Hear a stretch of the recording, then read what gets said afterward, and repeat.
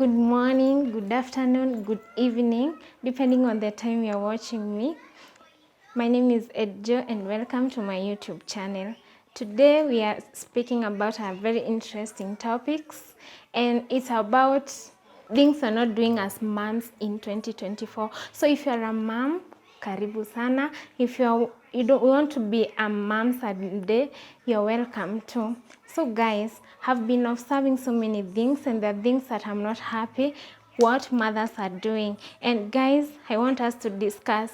So as we speak about these things, go to the comment section and type something that you are not happy when you see mothers doing, or what you see children doing or parents doing that doesn't make you happy. And one of the things, guys, if you are a mom, when your child urinates or poops, you shouldn't change their clothes or their diapers. It's not wise to go in public when your child is smelling bad, when your child has poop, when your child has susu. You make people around you uncomfortable, and no one will even want to take your child. So moms, when your child urinates, when your child poops, just change the diapers, just change the clothes, and make sure your child is clean as possible. Number 2, moms, if you're going somewhere, please carry something for your child to eat. Make sure you have something for your child to eat.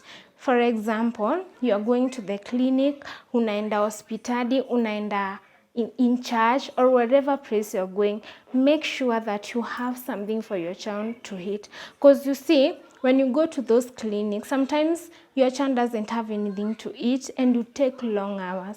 So your child will be wanting other people's food, and it's kind of bad manners. So as a parent, make sure unajipanga mapema, you make sure you carry something for that child, and I know, it will make your work easier as a mom.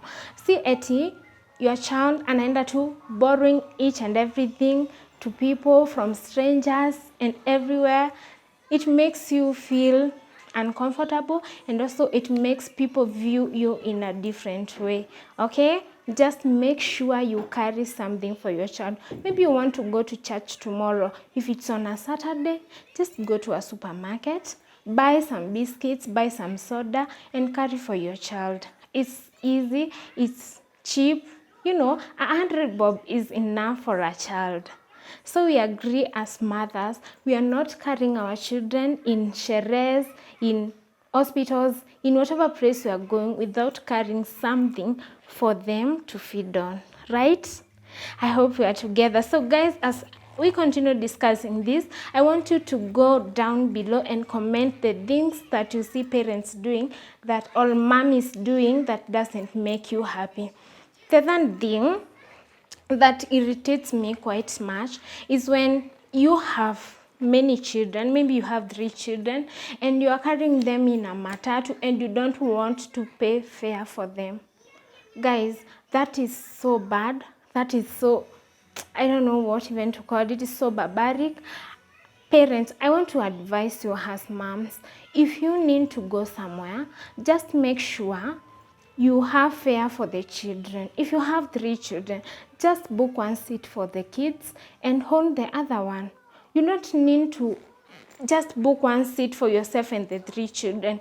You even make the passengers uncomfortable, you make your children uncomfortable, and if they don't even need to go, if it's not that necessary, they don't need to go. They can just stay at home instead of making them so uncomfortable and making yourself so uncomfortable.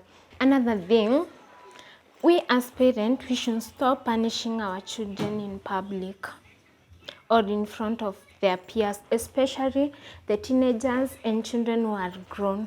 So guys, if your child does a mistake in the public, maybe in the supermarket, and the child goes and grabs everything and it's against your will, unamvuruta, unamchapa kwa supermarket in front of people, hata unajiaibisha.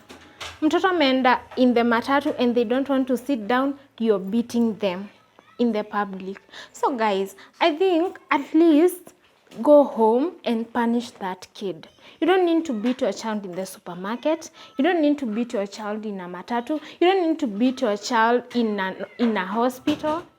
You don't need to beat your teenagers or argue with them in front of their peers.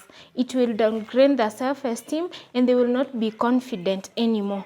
So we should learn as parents when is the right time to punish our kids and how to punish them.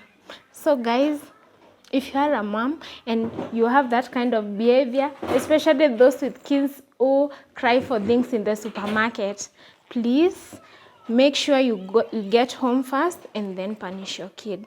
Don't punish your child in the supermarket. It's embarrassing and they are crying and shouting around.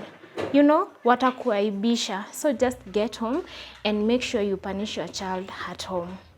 Tumeelewana? Another point, you don't need to sacrifice your child for anybody's happiness. And I will repeat this. So many parents, so many mommies have become people pleaser. Sometimes you please people and you forget you have kids. Maybe you are a girl, you got pregnant and now you have a kid, and your fellow friends are still girls. So you find yourself wanting to entertain your friends who are girls and forgetting that you are a mom and you have a kid. You saw the story of that woman that went on a vacation, left the child in the house. Mummies, we're not doing that. You can't entertain your friends and leave your children. You have to put your children first. Whatever the case, your children come first. You don't need to entertain anybody. Doesn't mean who they are, what they do. Anybody who comes between you and your children is your enemy. That's an advice for you, mummies. Just make sure your children come first. So guys, I think you are learning something, mummies. If you're a new mom, and you don't know these things, just comment down below and ask your questions too and add to the points. Continue commenting, guys. Okay, another point. If you are a mom to a girl's child, mothers to girls' children, I'm calling you. You don't need to go to the salon and the child is crying the whole time. Ndo mtoto ashukwe. Mummies, we are not doing that in 2024. If that child doesn't want to be plaited, if that child doesn't want the hair, just cut it. Okay?